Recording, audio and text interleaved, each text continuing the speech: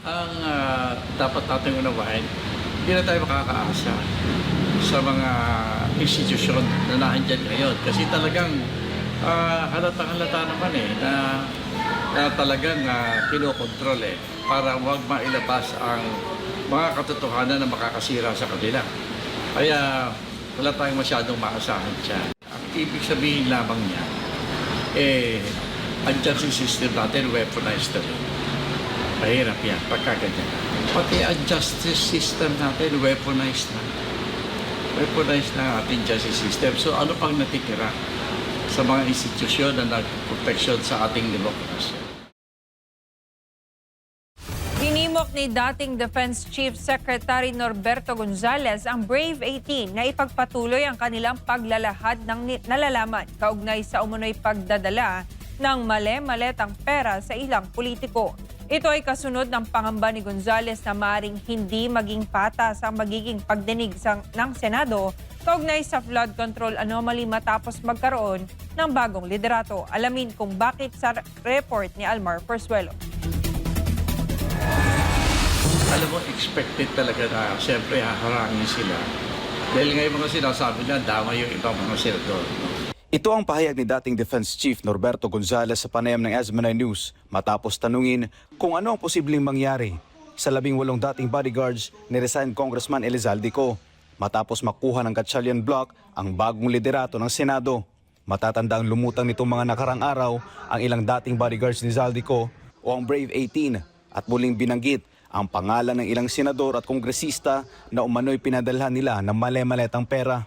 Ayon kay Gonzales, dahil sa bagong mayorya sa Senado, asahan na hindi magiging patas ang pagdinig kaugnay sa flood control anomaly dahil may mga sangkot sa kontrobersya na nasa posisyon.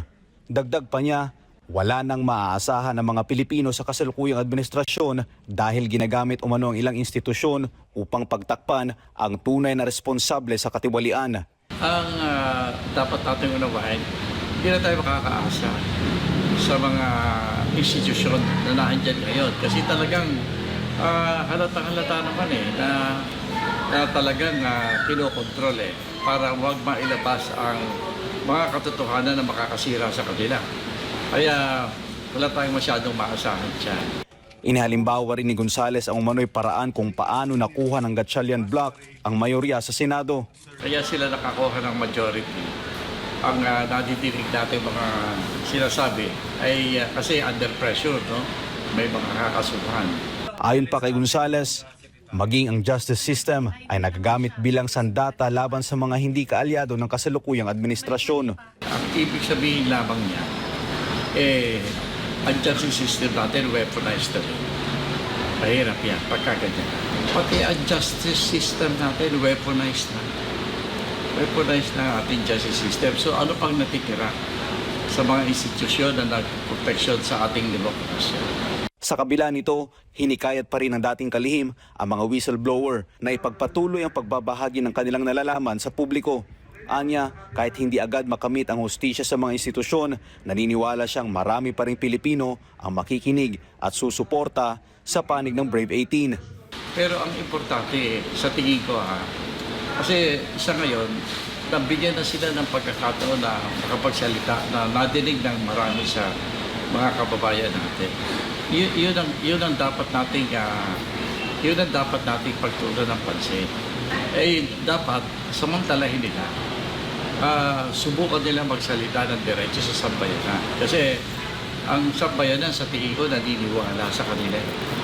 Pagdating naman ng araw, kung magulo man ang politika natin ngayon, may panahon na muling ang sambayanan at salagang magdidesisyon kung anong nararapat gawin.